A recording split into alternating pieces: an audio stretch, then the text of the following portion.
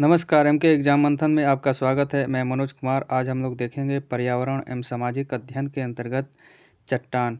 चट्टान क्या होती है, कैसे निर्मित होती हैं और इसके कितने प्रकार हैं, उन सभी चीज़ों को देखेंगे। और उन प्रकारों में एक प्रकार है आग्नेय शैल। तो आइए देखते हैं आग्नेय शैल और चट्टानों के प्रकार के बारे में। आइए जान लेते हैं कि चट्टान क्या होती है और इसका निर्माण कैसे होता है। चट्टान मुख्यतः देखा जाए तो इसका निर्माण चट्टानों का निर्माण जो है विभिन्न प्रकार के खनिजों के मिलने से होता है और पृथ्वी पे करीब 2000 के लगभग खनिज हैं, जिसमें से 6 ऐसे मुख्य खनिज हैं जो पृथ्वी की परतों के निर्माण में सहायक होते हैं। इसके अलावा 6 खनिजों में हम देखें तो अभ्रक, ऑलिवीन, फेल्सपार, क्वार्ट्ज, पायरॉक्सिस और एम्फीबोल्स जो है ये 6 मुख्य खनिज हैं जो पृथ्वी की विभिन्न परतों का निर्माण करते हैं। इसके अलावा 24 और खनिज हैं जो साथ में मिलकर चट्टान निर्माता खनिज जो है कहलाते हैं। इस तरीके से इनका निर्माण जो है विभिन्न प्रकार के खनिजों से होता है। खनिज उन्हें कहते हैं जिनमें विभिन्न प्रकार के तत्व मिलकर खनिज का निर्माण करते हैं।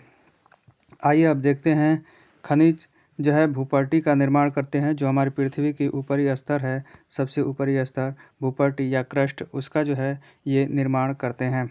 इसमें 100 से अधिक तत्व जो है पाए जाते हैं भूपर्टी में, लेकिन उसमें से केवल 8 मुख्य तत्व हैं जो भूपर्टी या क्रस्ट के निर्माण में 98% जो है उसका निर्माण करते हैं और महत्वपूर्ण भूमिका निभाते हैं।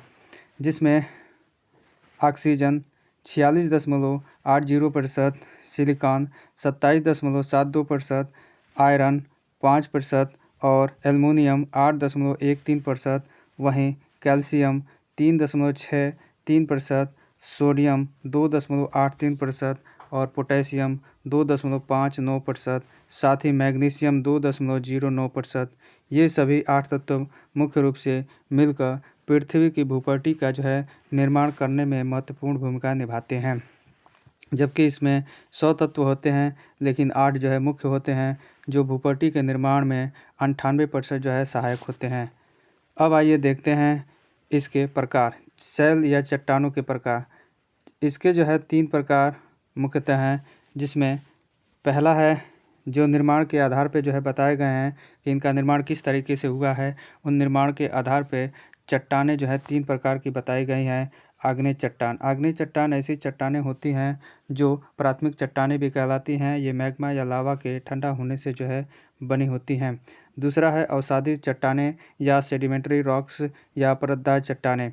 इन्हें जब ये आग्नेय चट्टानों में अपरदन हो जाता है, उसके पश्चात जो है अवसादी चट्टान या परतदार चट्टान या सेडिमेंट्री रॉक्स का निर्माण होता है।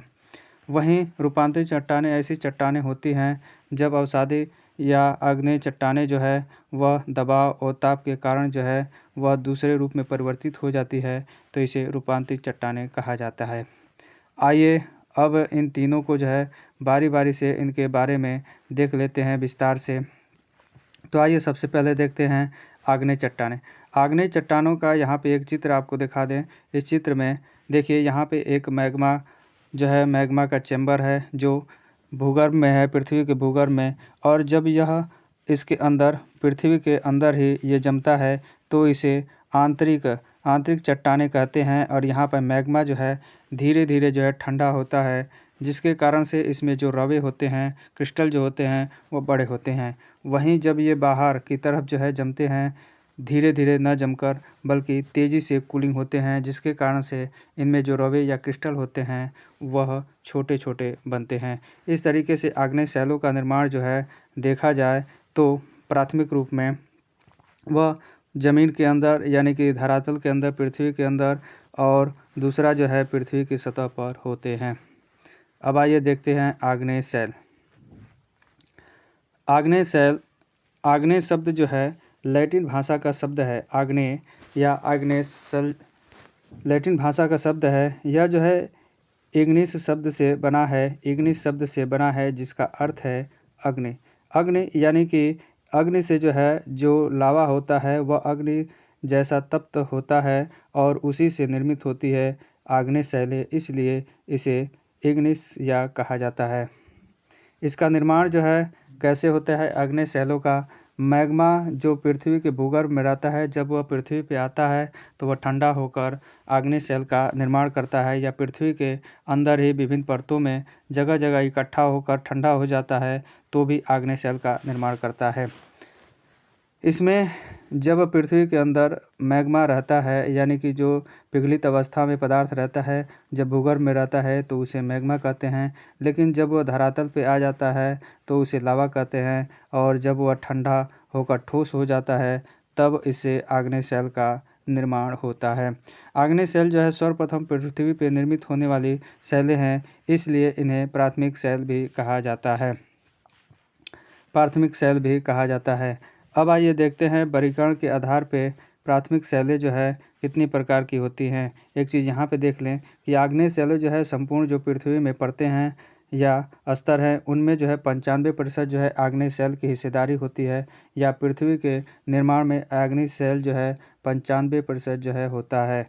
वहीं इनमें परतों का अभाव होता है, क्योंकि जो इनकी परतें बनती है, जो आग्नेय शेल बनती है, वो क्रिस्टल के रूप में बनती है। इनके जो कण होते हैं, उन कणों के आधार पर इनका वर्गीकरण किया जा सकता है, परतों के आधार पर नहीं, क्योंकि इसमें परतें नहीं बनती हैं। आइए अब देखते हैं वर्गीकरण। इनके वर्गीकरण के जो है कई आधार हैं, उनके आधारों पे जो है इनको देख सकते हैं। तो आइए समझते हैं आग्नेय चट्टानों के वर्गीकरण। इसमें वर्गीकरण का पहला आधार है उत्पत्ति के आधार पे। उत्पत्ति के आधार पे जो है इनको बाह्य या बहिर्भेदी आग्नेय शेल, और दूसरा जो है आंतरिक भेदी या अंतर्भेदी आग्नेय शेल कहा जाता है। बहिर्भेदी को जो है यह बाहर की तरफ जब मैग्मा या लावा जो है पृथ्वी के बाहर के तल पे जो है आके जमता है और यह ठंडा होकर एक परत का निर्माण करता है तो उसे आग्नेय शेल कहते हैं। इसमें जो रवे होते हैं वो बहुत बड़े होते हैं।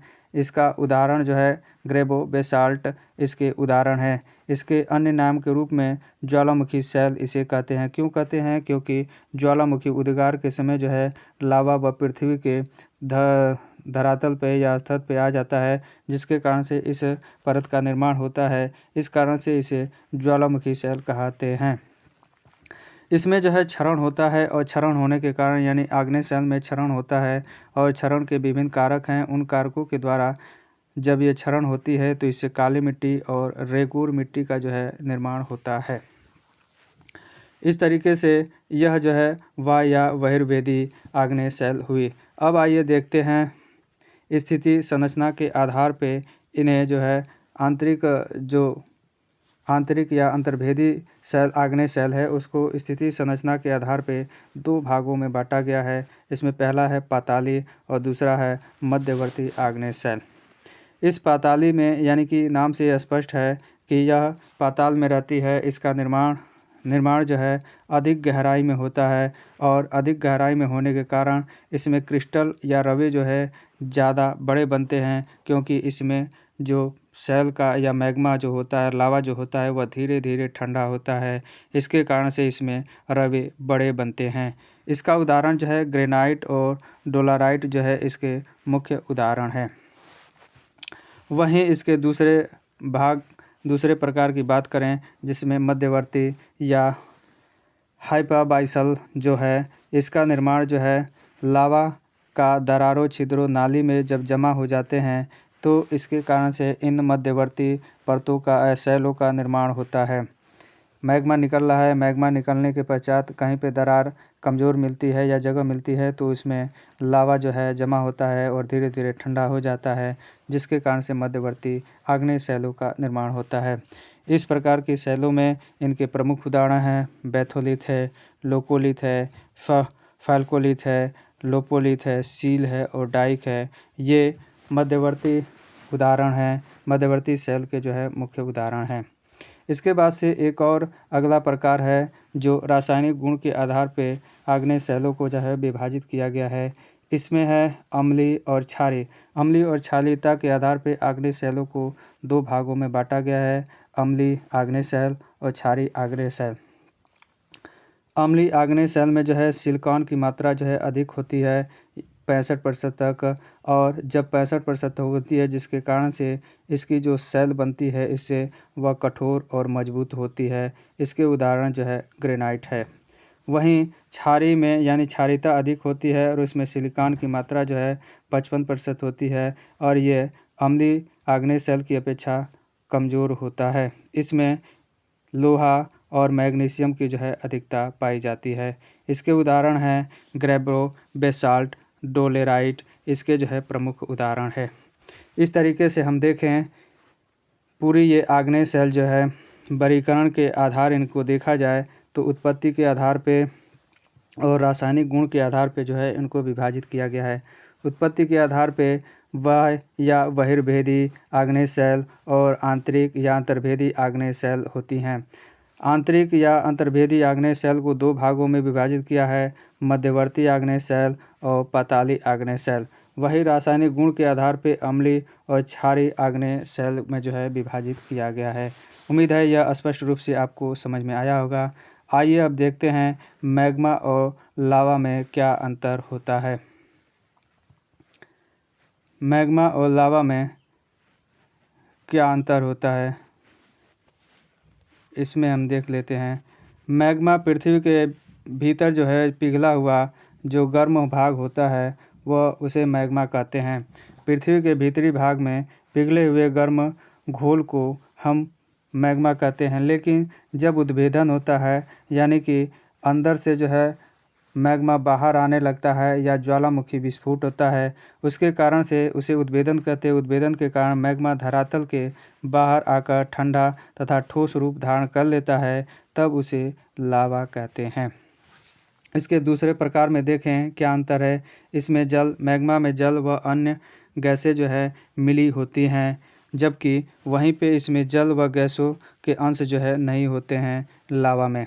तीसरा अंतर देखें, यह पृथ्वी के भीतरी भागों में ऊपरी मेंटल में उत्पन्न होता है, यानी कि मैग्मा जो है पृथ्वी के जो मेंटल भाग होता है उसमें उत्पन्न होता है, और जबकि यह पृथ्वी के धरातल पे या वायुमंडल के संपर्क से ठंडा व ठोस होकर आग्नेय सेल या परत का निर्माण करता है। इस तरीके से मैग्मा जो है अंदर के तरफ होता है और लावा जो है पृथ्वी के धरातल पे होता है।